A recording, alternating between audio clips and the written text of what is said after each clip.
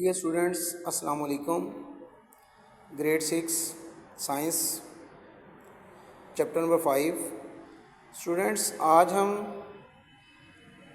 Chapter number 5 का question number 5.4 इसे करने जा रहे हैं। इसमें उसने पूछा है गिव आंसर्स इन डिटेल, यानी तफसील के साथ जवाब दें। क्वेश्चन 1 है, 5.4 का पहला पार्ट है, explain the use of the following process in daily life. रोज़मर्रा ज़िंदगी में से ये जो दर्ज झैल प्रोसेस आपको नीचे दिए गए हैं, इनका इस्तेमाल तफसील से बयान करें। अब वो प्रोसेस कौन कौन से हैं? ए में है फ्रीजिंग, दूसरा प्रोसेस है बॉयलिंग, तीसरा प्रोसेस है एवेपोरेशन और चौथा प्रोसेस है मेल्टिंग। स्टूडेंट, ये 4 प्रोसेस हमें उसने दिए हैं इस क्वेश्चन के अंदर। इनमें से वो कहता है कि हर एक को आपने डेली लाइफ में इनका जो यूज़ है उसके हवाले से एक्सप्लेन करना है। आज हम इसका सिर्फ एक हिस्सा करेंगे, फ्रीजिंग वाला। स्टूडेंट, फ्रीजिंग में आपने लिखना है, फ्रीजिंग एक ऐसा प्रोसेस है, freezing delays spoilage and keep food safe by preventing microorganism from growing and by slowing down the enzyme activity that cause food spoil.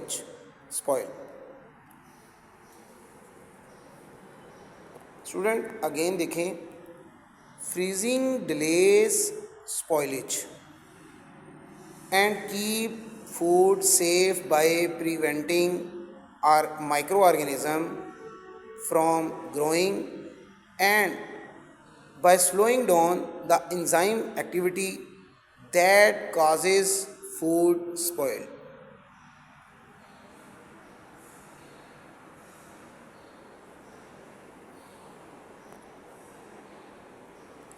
Freezing delays spoilage and keeps food safe by preventing microorganism from growing and by slowing down the enzyme activity that causes food spoil. Student देखिए, अब freezing process एक ऐसा process होता है जो food को यानी खुराक को स्पॉइलेज ख़राब होने से डिले करता है, देर करता है, तख़ीर करता है। फ्रीजिंग एक ऐसा अमल है जो खुराक को ख़राब होने में देर लगाता है, ख़राब होने में तख़ीर करता है।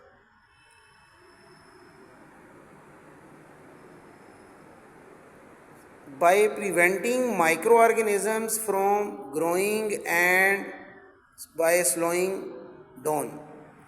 और जो माइक्रो ऑर्गेनिजम्स होते हैं स्टूडेंट्स, उनको बढ़ने से, उनकी ग्रोइंग यानी उनको बढ़ने से रोककर और एंजाइम की जो सरगर्मी है उसको सुस्त करके। अब फ्रीजिंग प्रोसेस जो है ये खुराक को ख़राब होने में तख़ीर करता है। किस तरीके से? 2 तरीक़ों से। एक तो वो माइक्रो ऑर्गेनिज़म जो हैं उनकी ग्रोथ जो है, ग्रोइंग जो है, उनको बढ़ने से रोकता है। दूसरा, खाने के अंदर जो एंजाइम की एक्टिविटी है,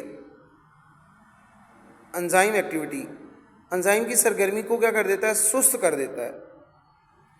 इस तरह स्टूडेंट, ये जो फ्रीजिंग प्रोसेस है ये माइक्रो ऑर्गेनिज्म को बढ़ने से रोककर और एंजाइम की सरगर्मी को सुस्त करके खाने को क्या करता है? महफूज बनाता है। प्रिवेंटिंग का मतलब महफूज रखता है। एंड पे था दैट काजेज फूड स्पॉइल। ये जो ऑर्गेनिज्म थे ये खाने को ख़राब करने का सबब बनते हैं। ये जो माइक्रो ऑर्गेनिजम्स होते हैं ये खाने को, खुराक को ख़राब करने का सबब बनती हैं। तो फ्रीजिंग प्रोसेस जो है वो माइक्रो ऑर्गेनिज़म्स को बढ़ने से रोकता है, एंजाइम की सरगर्मी को सुस्त करके खाने को महफूज रखता है और इस तरह खाना ख़राब होने से बच जाता है, उसे ख़राब होने में देर लगती है, देर करता है इस प्रोसेस को।